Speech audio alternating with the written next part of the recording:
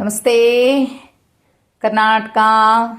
ನನ್ನ ಯೂಟ್ಯೂಬ್ ಕುಟುಂಬದ ಸದಸ್ಯರೆಲ್ಲರಿಗೂ ನನ್ನ ವಂದನೆಗಳು. ಮುಂಚಾಲುಮ್ನ ಆಶೀರ್ವಾದವನ್ನು ಪಡೆಯುತ್ತಾ ಆರಾಧ್ಯರನ್ನ ಸ್ಮರಣೆ ಮಾಡ್ತಾ ತಾಯಿ ಮಾರಿಕಾಂಬೆಯನ್ನು ಸ್ಮರಿಸುತ್ತಾ ಇವತ್ತು ನಾನು ನಿಮ್ಮ ಮುಂದೆ ಬಂದಿದ್ದೇನೆ. ನನ್ನ ಕಾರ್ಯಕ್ರಮಕ್ಕೆ ತಮಗೆಲ್ಲರಿಗೂ ಸ್ವಾಗತವನ್ನು ಬಯಸುತ್ತಾ ನಮ್ಮ ಆರಾಧ್ಯರು ನಿಮ್ಮೆಲ್ಲರನ್ನ ಕಾಪಾಡಲಿ, ಅವರ ಕರುಣ ಕೃಪಾ ಕಟಾಕ್ಷ ಸದಾ ನಮ್ಮ ಮೇಲೆ ಇರಲಿ ಅಂತ ಹೇಳ್ತಾ ಇವತ್ತಿನ ಕಾರ್ಯಕ್ರಮವನ್ನು ಶುರು ಮಾಡ್ತಾ ಇದ್ದೀನಿ. ಇವತ್ತಿನ ಕಾರ್ಯಕ್ರಮದಲ್ಲಿ ನಾವು ರಾಯರ ಭಕ್ತರು ಅಲ್ವಾ, ನಮಗೆ ಗುರುವಾರ ಅನ್ನೋದು ಬಹಳ ವಿಶೇಷವಾದಂಥ ದಿನ. ಬೆಳಿಗ್ಗೆ ಬೇಗ ಹೇಳ್ತೀವಿ, ಬಾಕಿ ವಾರಕ್ಕಾದರೂ ಅಷ್ಟು ಮಹತ್ವ ಕೊಡ್ತೀವೋ ಇಲ್ಲವೋ ಗೊತ್ತಿಲ್ಲ, ಆದರೆ ಗುರುವಾರಕ್ಕೆ ಮಾತ್ರ ಒಳ್ಳೆ ಮಹತ್ವವನ್ನು ಕೊಡ್ತೇವೆ ನಾವು ಅಲ್ವಾ. ಅಷ್ಟು ಇಷ್ಟ ನಮಗೆ ರಾಯರು ಅಂದರೆ. ಹಾಗಾದರೆ ನಾವು ರಾಯರ ಭಕ್ತರು ಅಲ್ವಾ, ರಾಯರ ಭಕ್ತರು, ಗುರುಗಳ ವಾರ ಅಂದರೆ ಅಷ್ಟು ಸಂಭ್ರಮ, ಅಷ್ಟು ಖುಷಿ. ಆದರೆ ಇಲ್ಲೊಂದು ವಿಷಯನ ಹೇಳೋಕ್ಕೆ ಇಷ್ಟಪಡ್ತೀನಿ. ಒಂದು ಹೆಣ್ಣುಮಗಳು ನನ್ನ ಹತ್ರ ಹೇಳ್ಕೊಂಡಿರುವಂತಹ ವಿಷಯ ಇದು.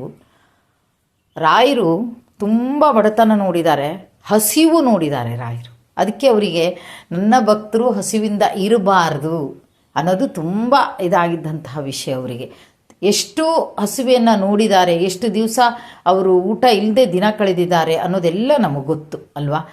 ನಿಮಗೆ ಎಲ್ಲರಿಗೂ ಗೊತ್ತಿರುವಂತಹ ವಿಷಯ.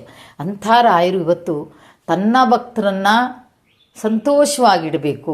ಒಂದು ತುತ್ತು ಅನ್ನಕ್ಕೆ ಯಾವುದೇ ರೀತಿ ತೊಂದರೆಗಳು ಬರಬಾರ್ದು.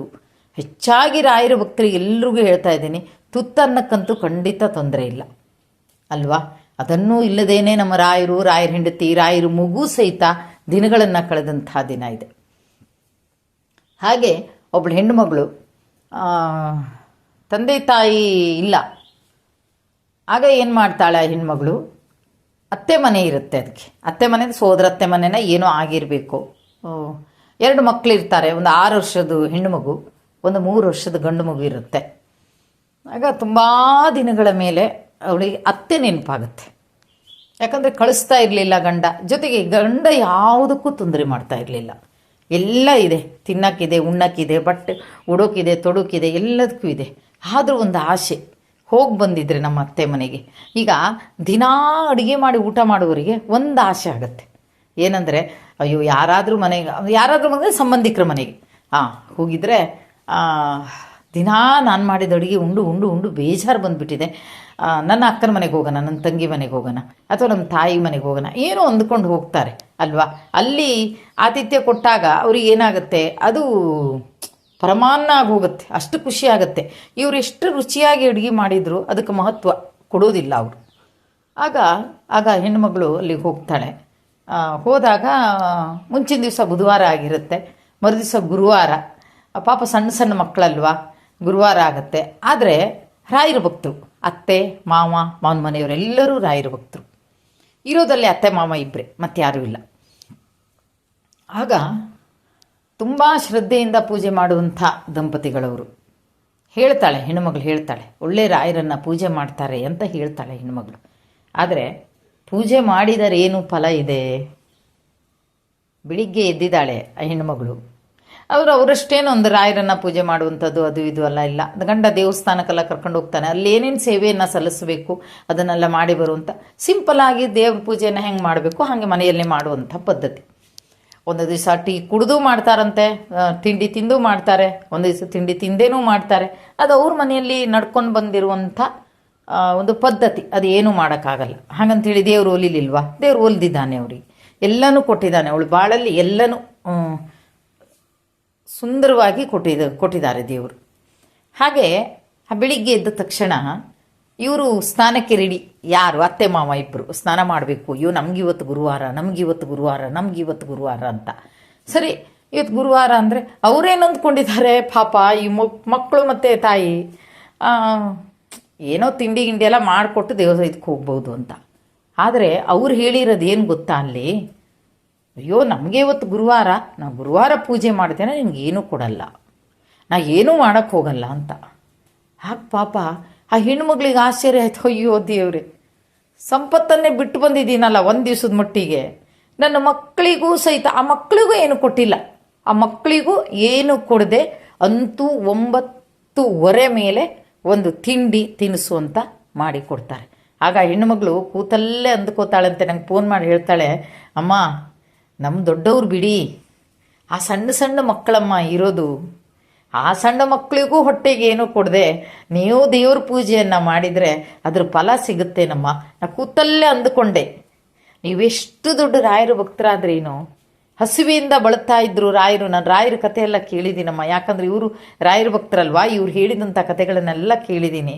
ಆದರೆ ಇವತ್ತು ಮಕ್ಕಳು ಹಸಿದು 9:30 ತನಕ ಕೂತಿದ್ದಾರೆ ಇವ್ರ ಪೂಜೆ ಆಗೋ ತನಕ ಅಂದರೆ ಏನಮ್ಮ ಇದು ನೋಡಿ. ಎಂಥ ಪ್ರಶ್ನೆ ಕೇಳಿದಾಳೆ ಹೆಣ್ಮಗಳು ಅಂದರೆ ನನಗೆ ತುಂಬ ನೋವಾಯ್ತಮ್ಮ, ನನಗೆ ತುಂಬ ನೋವಾಯಿತು. ಯಾಕಂದರೆ ನನ್ನ ಗಂಡ ನನಗೆ ಯಾವುದಕ್ಕೂ ಕಡಿಮೆ ಮಾಡಿಲ್ಲ, ಆದರೆ ಅತ್ತೆ ಮಾವನ ಮನೆಗೆ ಬರಬೇಕು, ಅವರಿಂದ ಒಂದು ತುತ್ತು ಊಟ ಮಾಡಬೇಕು, ಖುಷಿ ಆಗಬೇಕು, ದಿನ ನಾನು ಮಾಡಿ ಹಾಕೋದು ಇರೋದೇ ಮನೆಯಲ್ಲಿ ಅಂತ ಬಂದೆ. ಆದರೆ ಗುರುವಾರ ನಿಜ ಒಪ್ಕೋತೀನಮ್ಮ, ನಾನು ಅಲ್ಲ ಅಂತ ಹೇಳ್ತಾ ಇಲ್ಲ. ಆದರೆ ಆ ಗುರುವಾರದ ರಾಯರಿಗೆ ಹಸಿದು ಇರೋದು ನೋಡೋಕೆ ಇಷ್ಟ ಇಲ್ಲ ಅನ್ನೋದು ಚೆನ್ನಾಗಿ ನಂಗೆ ಗೊತ್ತಮ್ಮ. ನನಗೆ ಬಿಡಿ 9:30 ಅಲ್ಲ 10 ಗಂಟೆಗೆ ಏನು ಹಾಕಿದರೂ ತೊಂದರೆ ಇಲ್ಲ.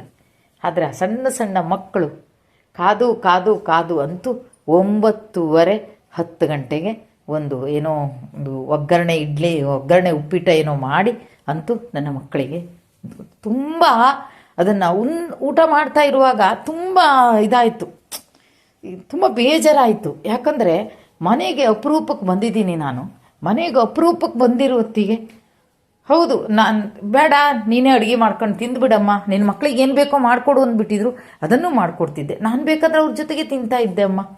ಹಾಗಾದರೆ ಮನೆಗೆ ಬಂದವರ ಮತ್ತೊಬ್ಬರನ್ನ ಹಸಿವನ್ನು ತಣಿಸ್ದೇ ದೇವ್ರ ಪೂಜೆ ಮಾಡಬೇಕು ಅಂತ ಹೇಳ್ತಾರಾ? ಇಲ್ಲ ಅಲ್ವೇನಮ್ಮ. ಅದೇ ನನ್ನ ಮನೆಗೆ ನಾನು ಬಂದರೆ ನನ್ನ ಮನೆಗೆ ಯಾರೇ ಬರಲಿ ಅಮ್ಮ, ಹೊತ್ತಿಗೆ ಟೀ ಕುಡಿಸ್ತೀನಿ, ಟೀ ಕೊಡ್ತೀನಿ, ಊಟದಷ್ಟೊತ್ತಿಗೆ ಊಟ ಮಾಡ್ತೀನಿ. ಯಾಕಂದರೆ ನನ್ನ ಅತ್ತೆ ಮಾವನ ಪದ್ಧತಿನೇ ಹಾಗೆ.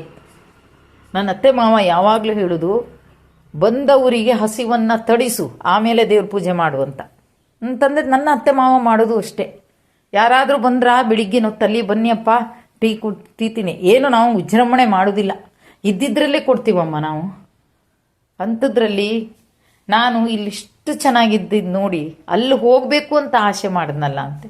ಆದರೆ ದೇವ್ರಿಗೆ ಆಮೇಲೆ ಕೈ ಮುಗ್ದೆ ಸ್ನಾನ ಮಾಡಿ, ಆಗ್ಲಪ್ಪ ಚೆನ್ನಾಗಿಟ್ಟಿರು ತಂದೆ, ನನ್ನನ್ನು ಚೆನ್ನಾಗಿಟ್ಟಿದ್ದೀಯಾ ನೀನು. ಆದರೆ ನಾನು ಇಲ್ಲಿಗೆ ಬಂದುಬಿಟ್ಟೆ ತಂದೆ, ಇರಲಿ ಖುಷಿ ಆಗುತ್ತೆ, ನಿನ್ನ ಪೂಜೆನಿಷ್ಟು ಶ್ರದ್ಧಾಭಕ್ತಿಯಿಂದ ಮಾಡ್ತಾರಲ್ವ, ಖುಷಿ ಆಗುತ್ತೆ ಅಂತ ಮನಸ್ಸಿನಲ್ಲೇ ಪ್ರಾರ್ಥನೆಯನ್ನು ಮಾಡಿಕೊಂಡೆ ಅಮ್ಮ. ನಾನು 2 ದಿವಸ ಇದ್ದು ಹೋಗಬೇಕು ಅಂತ ಅಂದುಕೊಂಡವಳು ಬುಧವಾರ ದಿನ ಸಂಜೆ ಬಂದಿದ್ದೀನಿ, ಗುರುವಾರ ದಿವಸ ಮಧ್ಯಾಹ್ನನೇ ಹೊರಟುಬಿಟ್ಟೆ ಅಮ್ಮ. ನಾನು ಇಲ್ಲೇ ಇಲ್ಲ ಅಲ್ಲಿ. ಆದರೆ ನಾನು ಹಾಗೆ ಬಂದಿಲ್ಲಮ್ಮ.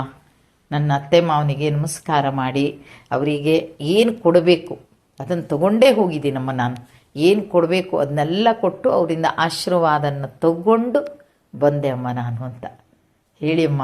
ಒಬ್ಬರ ಹಸಿವನ್ನು ಕಡೆಗಣಿಸಿ ದೇವ್ರ ಪೂಜೆ ಮಾಡಬೇಕನ್ನೋದೇನಿಲ್ಲ ಅಲ್ವಮ್ಮ ಅಂತ ಕೇಳಿದಂಥ ಹೆಣ್ಣು ಮಗಳು ಕೇಳಿದಂಥ ಮಾತು ಇದು ಖಂಡಿತ 100ಕ್ಕೆ 100 ಸತ್ಯ. ಯಾರೋ ಬರ್ತಾರೆ ಗುರುವಾರ ದಿವಸ, ಅವರಿಗೆ ಹೊರಡಕ್ಕೆ ರೆಡಿ ಆಗ್ತಾ ಇದ್ದಾರೆ, ಅಥವಾ ಮಕ್ಕಳಿದ್ದಾರೆ, ವಯಸ್ಸಾದವ್ರು ಬಂದಿದ್ದಾರೆ.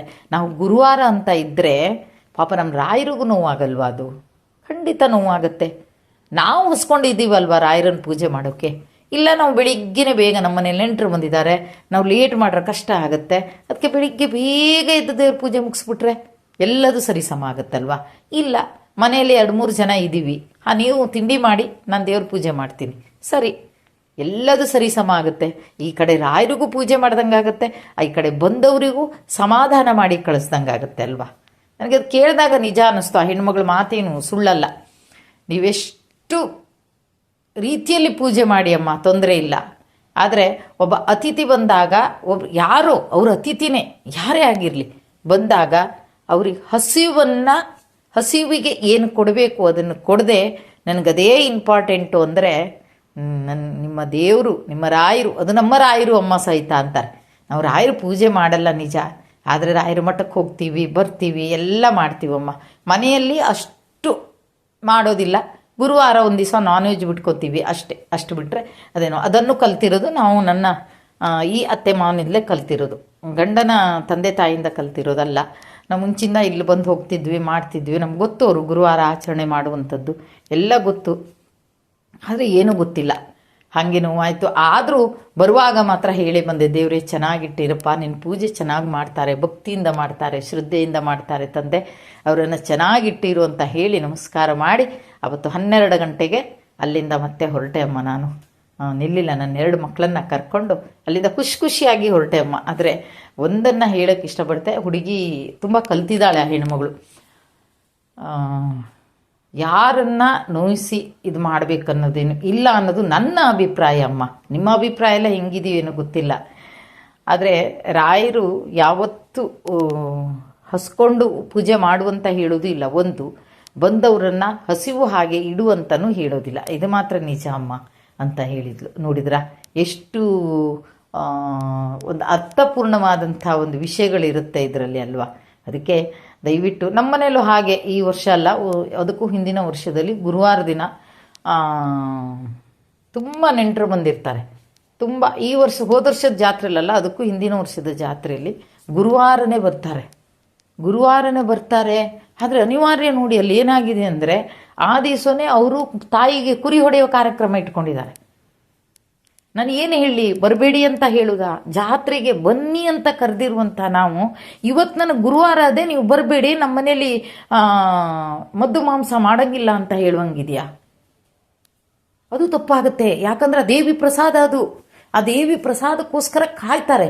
ಆ ದೇವಿ ಕುರಿಯನ್ನ ಹೊಡೆದ್ಬಿಟ್ಟು ಎಷ್ಟೆಷ್ಟೋ ಜನರಿಗೆ ಹಂಚ್ತಾರೆ ಪ್ರಸಾದ ಅಂತ.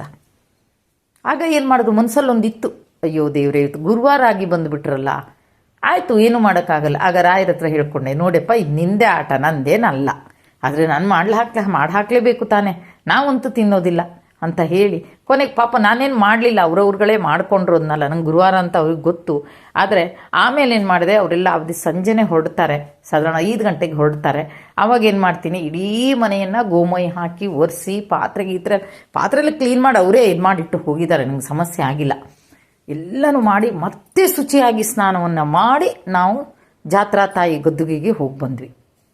ಅನಿವಾರ್ಯ ನಮಗೆ, ನೀವು ಬರಬೇಡಿ ಅಂತ ಹೇಳುವ ಹಾಗಿಲ್ಲ, ನಾವು ಕರೆದಿದ್ದೀವಿ ಜಾತ್ರೆಗೆ ಬನ್ನಿ ಅಂತ. ಅವರು ನಮ್ಮ ಗುರುವಾರನ ಶುಕ್ರವಾರನ ಶನಿವಾರನ ಅಂತ ಕೇಳಿ ಬರ್ತಾರಾ? ಅವರಿಗೆ ಟೈಮ್ ಆದಾಗ ಬರ್ತಾರೆ. ಅವರು ಬಂದಿದ್ದಾರೆ, ಬಂದು ತಾಯಿಗೆ ಕುರಿ ಹೊಡೆಯುವುದ ಹರಕೆಯನ್ನು ತೀರಿಸ್ಕೊಂಡಿದ್ದಾರೆ. ಸೀದಾ ಬಂದಿದ್ದಾರೆ ನಮ್ಮ ಮನೆಗೆ. ಬಂದು ನಮ್ಮ ಮನೆಯಲ್ಲಿ ಎಲ್ಲ ಮಾಡಿ ಊಟ ಗೀಟ ಎಲ್ಲ ಮಾಡಿಬಿಟ್ರು. ಗುರುವಾರ ದಿವಸ ಏನೋ ಒಂಥರ ಮನಸ್ಸಲ್ಲಿ ಅಳುಕು, ಅಯ್ಯೋ ದೇವ್ರೇ ನಾನ್ ವೆಜೇ ಮಾಡಲ್ಲ ಗುರುವಾರ ಅಂತ. ಏನು ಮಾಡೋಕ್ಕಾಗಲ್ಲ. ಬಂದವರನ್ನು ನೀವು ಬರಬೇಡಿ, ನಂಗೆ ಗುರುವಾರ ಇದೆ, ನೀವು ಆ ಕಡೆನೇ ಹೋಗಿ ಅಂತ ಹೇಳಿದ್ರೂ ತಪ್ಪಾಗುತ್ತೆ. ಆ ದೇವ್ರಿಗೆ ಹೆಚ್ಚಾಗ್ಬಿಡುತ್ತೆ ಆ ಮಾತು ಅಲ್ವಾ. ಅಲ್ಲಿ ಗದ್ದಿಗೆಯಲ್ಲಿ ಕುಳಿತಂಥ ತಾಯಿ ನಾವು ಇಷ್ಟಪಡ್ತಾ ಇರುವಂಥ ರಾಯರಿಗೆ ನೋವಾಗುತ್ತೆ. ಆವಾಗ ಯೋಚನೆಯನ್ನು ಮಾಡಿದೆ. ನನ್ನ ಗಂಡ ಹೇಳಿದರು, ಏನು ಹೇಳೋದು ಬೇಡ, ಬಂದು ಮಾಡ್ಕೊಂಡು ಹೆಂಗಂದ್ರೂ ಅವರೇ ಮಾಡ್ಕೊಂಡು ತಿಂದ್ಕೊಂಡು ಹೋಗ್ತಾರೆ, ನಾವೇನು ಮಾಡುವಂಥದ್ದು, ಏನಾದರೂ ಬಡಿಸ್ಗಿಡಿಸ್ಬೋದು ನಾವು ಅಷ್ಟೇ ಅಂದರು. ಪಾಪ ಎಲ್ಲನೂ ಶಿಸ್ತು ಮಾಡಿಟ್ಟು ಹೋದರು ಅವರು. ಕೊನೆಗೆ ಇಡೀ ಮನೆಗೆ ಹಾಗೆ ಮಾಡಿ ಅಂತೂ ಆ ದಿವಸ ಸಂಜೆ ರಾಯರಿಗೆಲ್ಲ ಪೂಜೆ ಮಾಡಿ, ಬೆಳಿಗ್ಗೆ ಒಂದು ಪೂಜೆ ಆಗಿದೆ ನಮ್ಮದು, ಸಂಜೆ ಎಲ್ಲ ಮತ್ತೆ ದೀಪ ಎಲ್ಲ ಹಚ್ಚಿ ಇದು ಮಾಡಿದ್ವಿ. ನನ್ನ ತೇರಿ ಹಾಗೆ, ನಾನು ಹಾಗೆ ಮಾಡಿದೆ. ಅಂತೂ ಅತ್ಲಾಗೆ ದೇವರಿಗೂ ಮೊದಲೇ ಹೇಳ್ಕೊಂಡಿದ್ದೀನಿ, ನೋಡಪ್ಪ ಹೀಗೆ ಅಂತ. ಅವ್ರು ರಾಯರಿಗೂ ಬೇಜಾರಾಗಬಾರ್ದು, ಈ ಕಡೆ ನಾನು ಬಂದಂಥ ನನ್ನ ಸಂಬಂಧಿಗಳಿಗೂ ಬೇಜಾರಾಗಬಾರ್ದು. ಅಂತೂ ನಡೀತು ಮನೆಯಲ್ಲಿ. ನಾನ್ ವೆಜ್ ನಡೆದೋಯ್ತು ಆ ದಿವಸ, ಗುರುವಾರ ದಿವಸ ಏನು ಮಾಡೋಕ್ಕಾಗಲ್ಲ. ಅದಕ್ಕೆ ರಾಯರ ಹತ್ರ ಅವತ್ತೇ ಹೇಳ್ಕೊಂಡೆ, ಇನ್ನು ಮೇಲೆ ಜಾತ್ರೆಗೆ ಬರೋರು ಯಾರೂ ಗುರುವಾರ ದಿವಸ ಬರಬಾರ್ದು. ಅದು ಹೆಂಗೆ ತಪ್ಪಿಸ್ತೀರೋ ನನಗೆ ಗೊತ್ತಿಲ್ಲ, ಅದು ನಿಮಗೆ ಗೊತ್ತು. ಒಮ್ಮೆ ಇಲ್ಲ ಅವ್ರು ಬರ್ತಾರೆ, ನಿಮ್ಮ ಇಷ್ಟ ಪ್ರಕಾರ ಬರ್ತಾರೆ ಅಂತ ಲೆಕ್ಕ. ನನಗೆ ಆಗಲ್ಲ ಕಣೋ, ಮನೆಯೆಲ್ಲ ವಾಸನೆ ಇರುತ್ತೆ, ಮನೆಯೆಲ್ಲ ಏನೋ ಒಂಥರ ಇದಾಗಿರುತ್ತಪ್ಪ, ಸಾಕಪ್ಪ ಇವತ್ತು ಬಂದಿದ್ದಕ್ಕೆ ಸಾಕು. ಇನ್ನೊಂದು ಜಾತ್ರೆ, ಅದ್ರ ಮೇಲೆ 2 ಜಾತ್ರೆ ಆಯಿತು. ಜಾತ್ರೆಯಲ್ಲಿ ಮಾತ್ರ ಅದು ಹೆಂಗೆ ಮಾಡ್ತಿರೋ ಗೊತ್ತಿಲ್ಲ, ಗುರುವಾರ ಒಂದು ದಿವಸ ತಪ್ಪಿಸಿ ಶುಕ್ರವಾರ ಗಿಕ್ರಾರ ಆದರೆ ನನಗೆ ಏನೂ ತೊಂದರೆ ಇಲ್ಲ ಅಪ್ಪ. ಕೊನೆಗೂ ಅದರ ಮೇಲೆ ಗುರುವಾರ ದಿವಸ ಯಾರೂ ಬರ್ತಾ ಇಲ್ಲ. ಅದು ಮಾತ್ರ ತುಂಬ ಖುಷಿಯಾದಂಥ ವಿಷಯ. ಜೊತೆಗೆ ಇನ್ನೇನು ಅಂದರೆ, ಗುರುವಾರ ಒಮ್ಮೆ ಬಂದರೂ ಅವ್ರು ಆ ಕಡೆನೇ ಮಾಡ್ಕೊಂಡು ಹೋಗೋರೇ ಬರ್ತಾರೆ, ಬಿಟ್ಟರೆ ನಮ್ಮ ಮನೇಲಿ ಬರುವವರು ಯಾರೂ ಇಲ್ಲ. ಬಂದ್ರೆ ಇನ್ನು ಶನಿವಾರ ದಿವಸ ಬರ್ತಾರೆ, ಭಾನುವಾರ ದಿವಸ ಆ ಕಾರ್ಯಕ್ರಮವನ್ನು ಮುಗಿಸ್ತಾರೆ, ಅದನ್ನೆಲ್ಲ ಮಾಡಿಕೊಂಡು ಊಟ ಗೀಟ ಮಾಡಿಕೊಂಡು ಹೋಗ್ತಾರೆ. ಹಾಗೆ ಹೇಳೋದು, ಕೆಲವೊಂದು ಸಮಯ ಸಂದರ್ಭಗಳು ನಮಗೆ ಹಾಗೆ ಮಾಡಿಸುತ್ತೆ, ಏನೂ ಮಾಡೋಕ್ಕಾಗಲ್ಲ.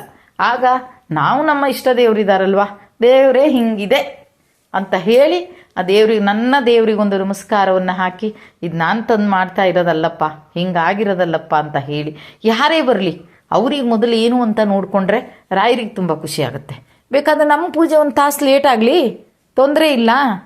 ಮಕ್ಕಳು ಮರಿ ಇದ್ದಾರಾ, ವಯಸ್ಸಾದವ್ರು ಇದ್ದಾರಾ, ಅವರಿಗೇನಾದರೂ ಕೊಟ್ಬಿಟ್ಟು ನಾವೇನು ತಿಂತೀವಾ? ಇಲ್ವಲ್ಲ. ನಾವೇನು ತಿಂತಾ ಇದ್ದೀವಿ ಅಂದರೆ ಪ್ರಶ್ನೆ ಬೇರೆ. ಅದಕ್ಕೆ ಯಾರೇ ಬರಲಿ, ಅದು ಗುರುವಾರನೇ ಆಗಿರಲಿ, ಗುರುವಾರನೇ ನಿಮ್ಮ ಮನೆಗೆ ಬಂದರು ಅಂದರೆ ನೀವು ಬೆಳಗ್ಗಿನ ಹೊತ್ತು ಅಥವಾ ಟೀ ತಿಂಡಿಯನ್ನು ತಿನ್ನುವಂಥ ಹೊತ್ತು. ಅದಕ್ಕೆ ನಾವು ನಮ್ಮ ರಾಯರ ಪೂಜೆ ಇದೆ ಅಂತ ಹೇಳೋದು ಬೇಡ. ಅವ್ರಿಗೆ ಏನು ಮಾಡಿಕೊಡ್ಬೇಕು ಅದನ್ನು ಮಾಡಿಕೊಟ್ಟು ನಾವು ನಮ್ಮದು ರಾಯರ ಪೂಜೆಯನ್ನು ಮಾಡಿದರೆ ಬಹುಶಃ ನಮ್ಮ ರಾಯರಿಗೂ ಅದು ತೃಪ್ತಿ ಅಂತ ನನಗನ್ಸುತ್ತೆ. ಹಾಗಾಗಿ ಹೆಣ್ಣು ಮಗಳು ಹೇಳ್ಕೊಂಡಿದ್ದಾಳೆ. ಈ ರೀತಿ ಎಲ್ಲಾದರೂ ಆಗತ್ತಾ? ಇನ್ನು ಕೆಲವ್ರ ಮನೆಯಲ್ಲಿದೆ, ಅದು ತುಂಬ ನೋಡಿದ್ದೀನಿ ನಾನು, ಕೇಳಿದ್ದೀನಿ. ಮತ್ತು ತಂದೆ ತಾಯಿ ವಯಸ್ಸಾದವ್ರು ಇರ್ತಾರೆ ಮನೆಯಲ್ಲಿ. ಇವ್ರು ನಮ್ಮ ಗುರುವಾರ ಇಲ್ಲಿ ನಮ್ಮ ಸಿರ್ಸಿಯಲ್ಲೇ ನೋಡಿದ್ದೀನಿ ನಾನು ಒಬ್ಬರು ಮನೆಯಲ್ಲಿ. ಇದು ನಮ್ಮ ಗುರುವಾರ ಪಾಪ ಆ ತಂದೆ ತಾಯಿಗಳು ಎದ್ದುಬಿಟ್ಟು, ನನ್ನ ಸಂಬಂಧಿಕರೇ ಹೊರಗಿನವರೆಲ್ಲ, ಆ ತಂದೆ ತಾಯಿಗಳು ಎದ್ದುಬಿಟ್ಟು ಕೂತ್ಕೋಬೇಕು. ಇವ್ರು ಎಷ್ಟೊತ್ತಿ ಪೂಜೆ ಮುಗಿಸ್ತಾರೆ. ಅಯ್ಯೋ ಗುರುವಾರ ಆ ವಯಸ್ಸಾದವರಿಗೆ ನಾವು ಸ್ನಾನ ಮಾಡೇ ಮಾಡಿಕೊಡ್ಬೇಕಂತೇನಿಲ್ಲ. ವಯಸ್ಸಾದವರಿಗೆ ನಾವು ಅವ್ರಿಗೆ ಏನು ಬೇಕೋ ಅದನ್ನು ಮಾಡಿಕೊಟ್ಟು ಆಮೇಲೆ ಬೇಕಾದ್ರೆ ತಿಂಡಿ ಮಾಡಿಕೊಡ್ತೀನಿ ಅಂಥೇಳಿ ನಾವು ದೇವ್ರ ಪೂಜೆ ಮುಗಿಸಿದ್ರೆ ಸಾಕು ಅಲ್ವಾ? ರಾಯರ ಭಕ್ತರು ಅಂತಲ್ಲ, ತುಂಬ ಜನರನ್ನ ಹೀಗೆ ನೋಡಿದ್ದೀನಿ ನಾನು. ಅವ್ರು ಆಗಬೇಕು, ಆಮೇಲೆ ಆಗಬೇಕು, ಆಮೇಲೆ ನಾವು ಪೂಜೆ ಆದಮೇಲೆ ಅವ್ರಿಗೆ ತಿಂಡಿ ಆಗಬೇಕು. ದಯವಿಟ್ಟು ಅದನ್ನು ಮಾಡಬೇಡಿ. ನಮ್ಮ ರಾಯರಿಗೆ ಅದು ಖುಷಿ ಕೊಡುವಂಥ ವಿಷಯ ಅಲ್ಲ.